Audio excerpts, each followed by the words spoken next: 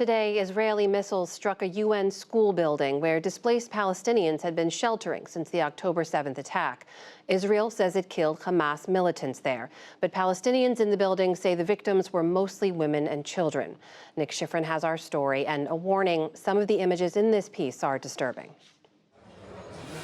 The classroom that became a shelter is now shattered.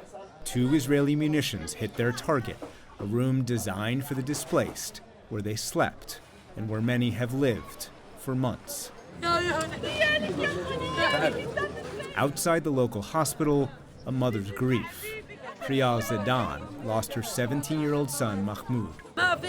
There's nothing here but people, just people trying to live. Why are you doing this to us? Mahmoud's sister, Seham, is inconsolable. Why would they bomb the school?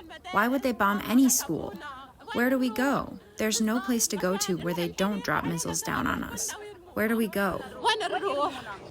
In another family, too young to understand why, old enough to mourn. Palestinian health officials affiliated with Hamas say a dozen victims were women and children.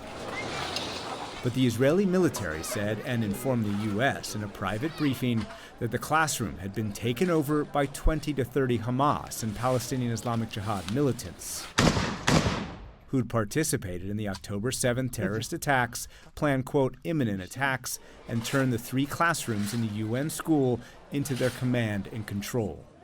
Israel said it dropped small bombs that did not damage nearby rooms or kill civilians.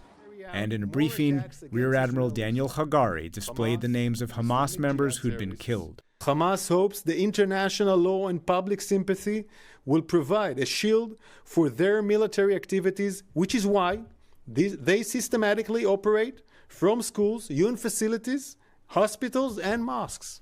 Today, State Department spokesman Matt Miller called on Israel to be transparent. Even if the intent is what the IDF has said publicly, that they were trying to use a precision strike just to target 20 to 30 militants, if you have seen 14 children die in that strike, that shows that something went wrong. That said, these are all facts that need to be verified, and that's what we want to see happen.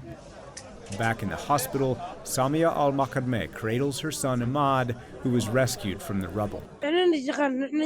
What did we do? There are no armed people in this school. There are children who play like us. Children. Why did they bomb us? I want to know why. Where should we go? Israel said it has struck 5 UN facilities being used by Hamas as shields in the last month alone.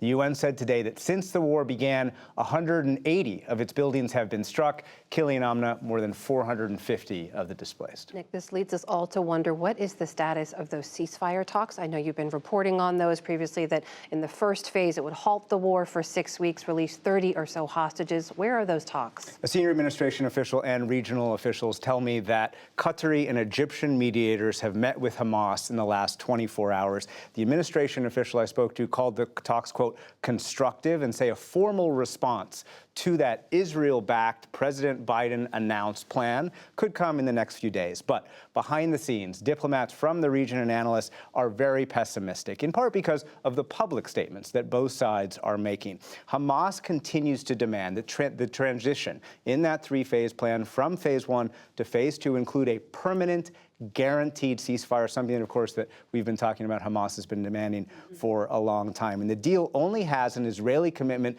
to maintain a temporary ceasefire so long as talks continue. And on the other side, Israeli Prime Minister Benjamin Netanyahu continues to say that his demand is the, quote, elimination of Hamas. So the public divide continues. But a UN diplomat goes further, telling me that both sides appear to be more interested in blaming the other side for a failure in the talks than actually making any progress. And some U.S. officials are increasingly worried that Netanyahu wants to wait, or wants the war to continue until the U.S. elections, because he believes that he can get a better deal under President Trump. And these officials are worried that Hamas thinks it's winning and see no interest or reason to make a deal. But the U.S. is continuing to try and keep diplomatic pressure. Today, the White House released a statement from 16 countries, many of whose citizens are hostages still. Quote, "There is no time to lose. We call on Hamas to close this agreement that Israel is ready to move forward with and begin the process of releasing our citizens."